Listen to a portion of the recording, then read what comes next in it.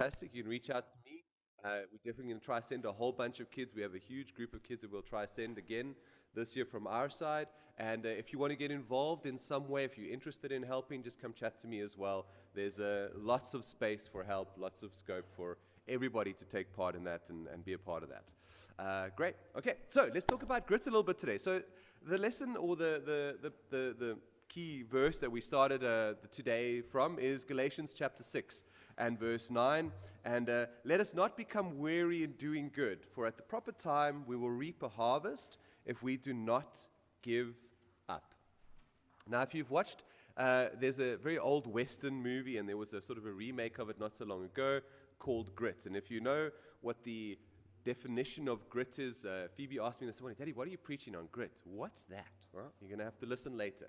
And if you look up the definition of grit, it talks about courage and resolve. Now, the next question is, what's resolve? But I like the second part of the definition, which is strength of character.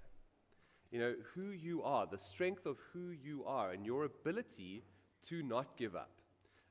Last week, one of our members here, Jo, she completed the Comrades Marathon. Now, if you don't know what the Comrades Marathon is, it is a big race that happens, it's an ultra marathon. It's 89.9 kilometers. I don't know why they had to do that. They could have just made it 90, I'm sure. But, put the start line 100 meters further. But 89.9 kilometers, the official distance of this race. And they run from a town in KwaZulu-Natal called Durban or Pietermaritzburg, or the other way around. Every year they alternate. They go Pietermaritzburg to Durban. And this is one of the most, I believe it's the biggest ultramarathon in the world, the most number of people that attend it. And of course, to run 90 kilometers. For some people, it takes them 12 hours.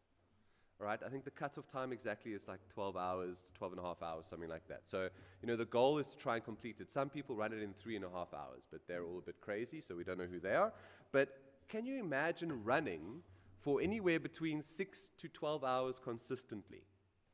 I mean, I can't. It's not in my scope of understanding at all. But when you talk to these people who have made that decision to run the Comrades Marathon, it's a goal. And if you talk to Jolene about it, it's really interesting. She said for years and years, she said, I wanted to run the Comrades. And for years now, she started training. And she's done marathons, she's done the Cape Town Marathon, and she's done some other big runs with her running club. And every day, she's got this focus of, I'm going to do the Comrades Marathon. And that's got a very clear plan and a very clear steps that she's following to do that. My sister-in-law 2 weeks ago did an Ironman race in Durban as well, actually. And it's the same thing. It was incredible to watch all these people who have decided to do this race. And, the race, all these athletes, they talk about the race being the reward. Why? Because it's all the hard work leading up to that allows you to do that, to sort of receive that opportunity to try and challenge yourself and complete that race. And when you dive into the schedule and the life of some of these athletes, you'll see that they're waking up at 4 or 5 o'clock in the morning, 3-4 times a week, training, running, cycling, going to the gym for 2-3 hours at a time, and then going on and carrying on with the rest of their daily jobs. And obviously, that is what we see when we think about resolve and the strength of character and that continuance. And I thought about this verse when I've seen all these friends of mine complete these races, and I think about the fact that God expects the same from you and me in our Christian lives. Because you know what, it's not easy to complete that race, for sure, getting to that race. But in my mind, the hardest part is waking up every day at 4 o'clock in the morning and going to train when the sun hasn't come up yet, and going to train when everyone else is still sleeping in bed and warm and cozy, and it's winter and it's raining outside, and I need to go and do my 1-hour cycle. I need to go do my 20-minute run. I have to put on my gear, and I have to get up, and the rest of the family is still sleeping. I have to get out there in the dark and train. And I often think sometimes we forget about the fact that it is hard for us to be that Christian. And I think that's why God uses these words. He says, do not be weary. Do not let yourself become weary in doing good. There's an implication there that doing good is not easy. being in the right place, doing the right thing, is not the easy choice. It's the thing that takes hard work, dedication, commitment, perseverance. But when we look at grit and we look at what it is, one of the things that we have to understand about it is that it has to start with a purpose. These athletes who make these decisions to wake up early in the morning every day and go and do their training is because they want to complete the Comrades Marathon.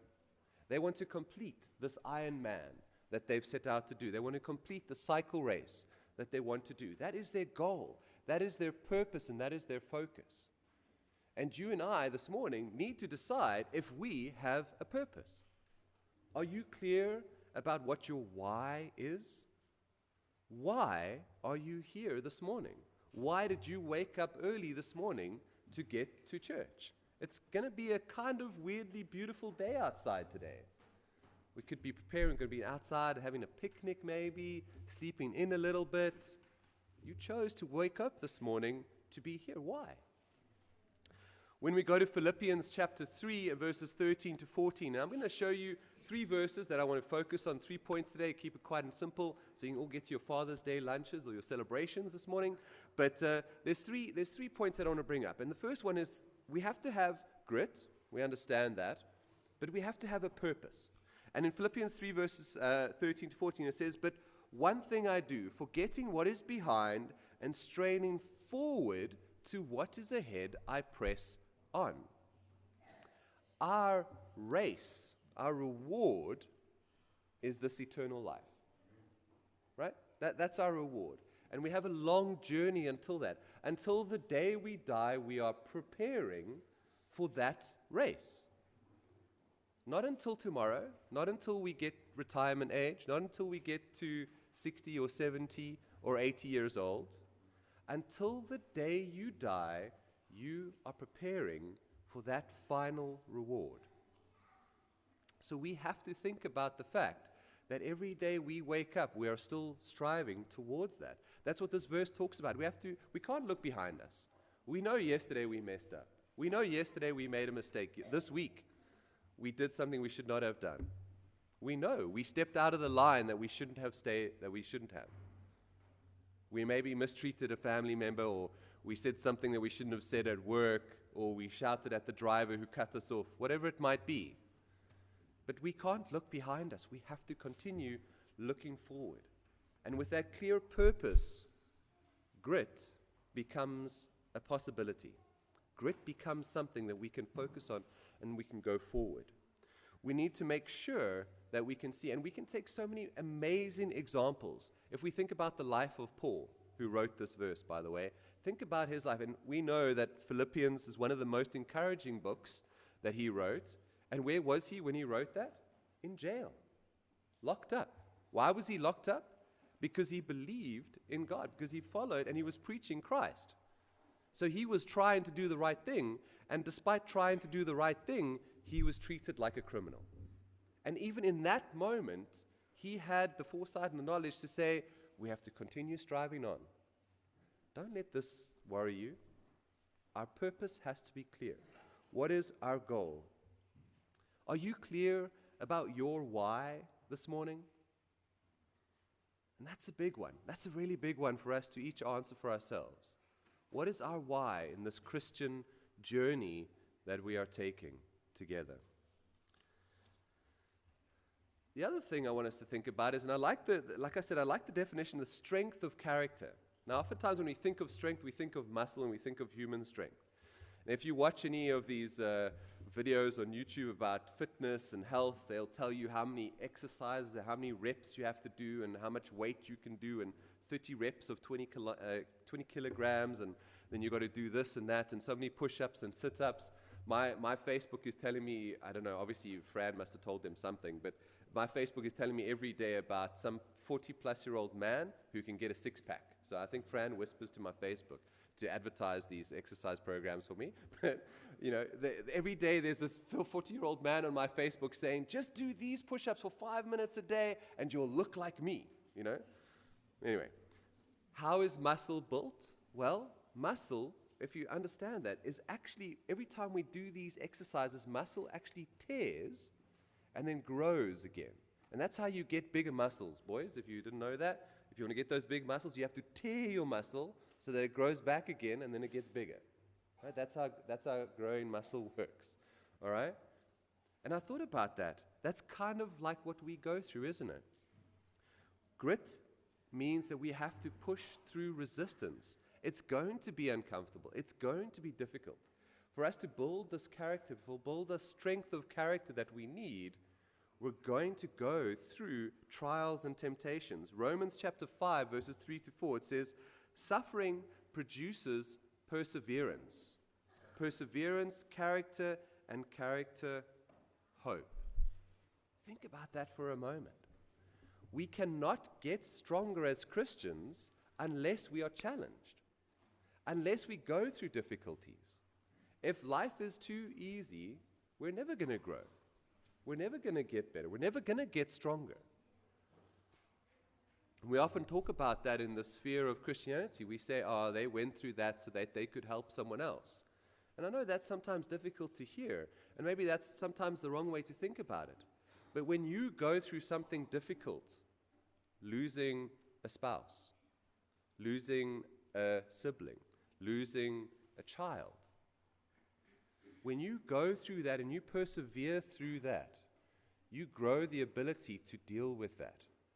And when your brethren go through the same thing, you can sit next to them and say, I know how you feel.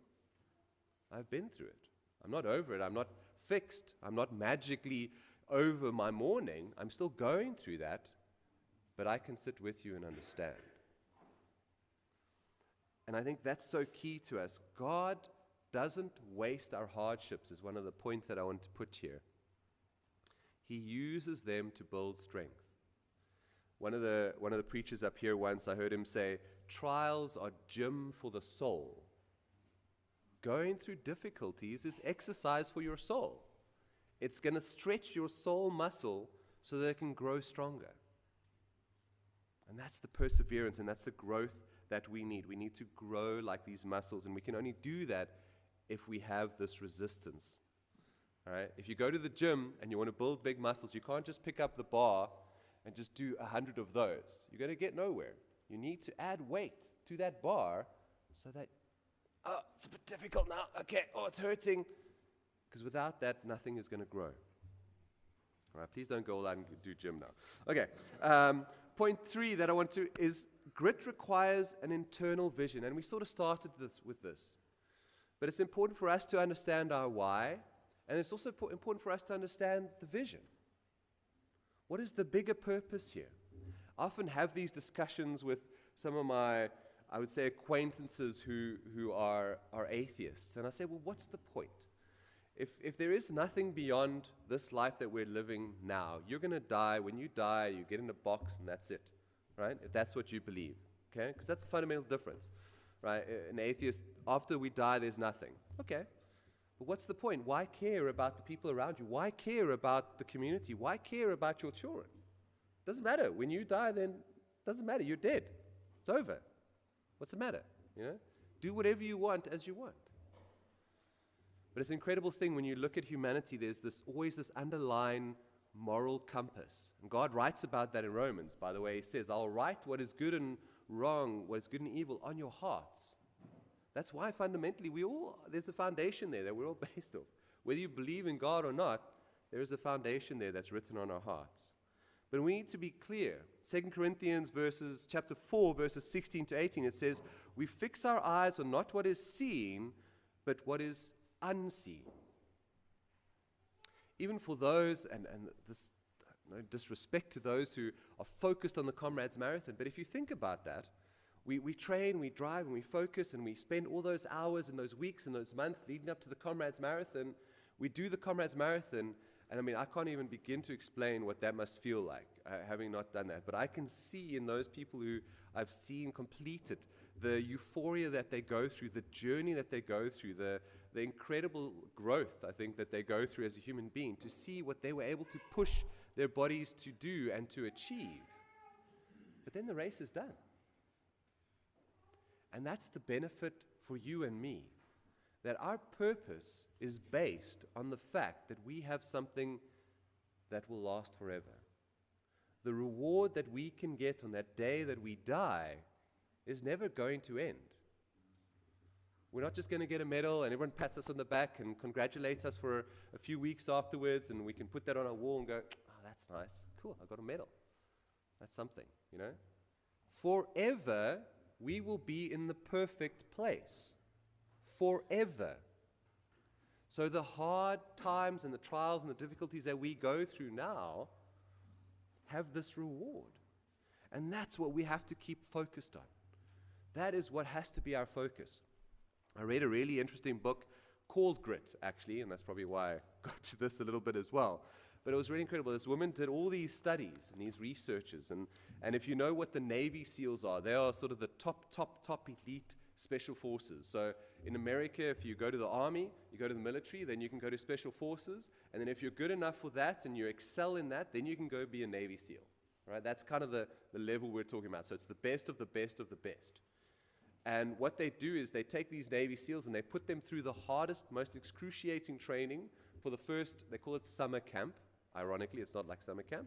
And for 4 weeks, they put them through this sleep deprivation, intense training. They have to run like 10 kilometers every half an hour and then do 50 push-ups. And then, and it's not only about the physical, it's about like the emotional and psychological. And they just put all this pressure on these people. And they couldn't quite understand what they could use as a predictor to see who would succeed. The success rate of every 100 that come in, basically 5 would finish that first 4 weeks. That's kind of and we're talking already, to get to that first 100, you have to be the best of the best of the best, right? But they couldn't quite understand why only these 5 would get through every time. Why was their rate so low?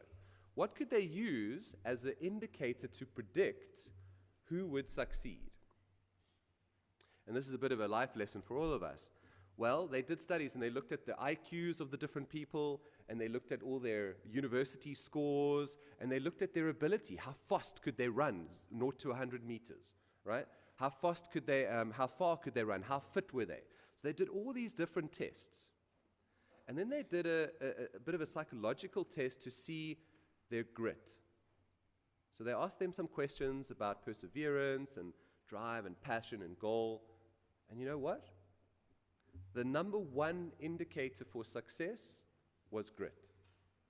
Out of all those 100 people, those 5 people that got through, they weren't the fastest, they weren't the cleverest, they weren't the smartest people, they weren't the physically biggest people. That was none of the things that actually indicated who was successful. It was the people who had the most grit. And I think about that, you know, there's all these incredible help books that have come out, but here God is telling us already 2,000 years ago, grit is the thing that will get you through. Perseverance will get you through to that reward that we're looking for. So we need to be clear this morning on what our purpose is. We need to be clear on where and why we are here. Not only here on a Sunday morning, but when we wake up in the morning tomorrow and the next day, and we make those decisions to do what is right, we have to be clear on our purpose. And it's not always going to be easy to keep that focus, but we know that without challenge, there isn't going to be any growth. So our grit has to push through those difficult times. And then, of course, we need to keep our focus on that eternal vision. What is the bigger picture here? What is the comrades marathon that we are looking to take part in on that day that we die? Are we ready for that? Have we been doing what we need to do to get to that? There's 4 practical things that I want you to walk away with this morning, and they're not really outlined here, but there's 4 things, and they're in the sermon outline. So if you want to have a look at those, and I'll put a verse next to them as well. I'm not going to read each one. But the 4 things that I want you to think about maybe this week and going forward. And I know it's always difficult to practically apply everything that we get from a sermon on a Sunday morning. But maybe take one of these points. Take one and try and focus on that. Because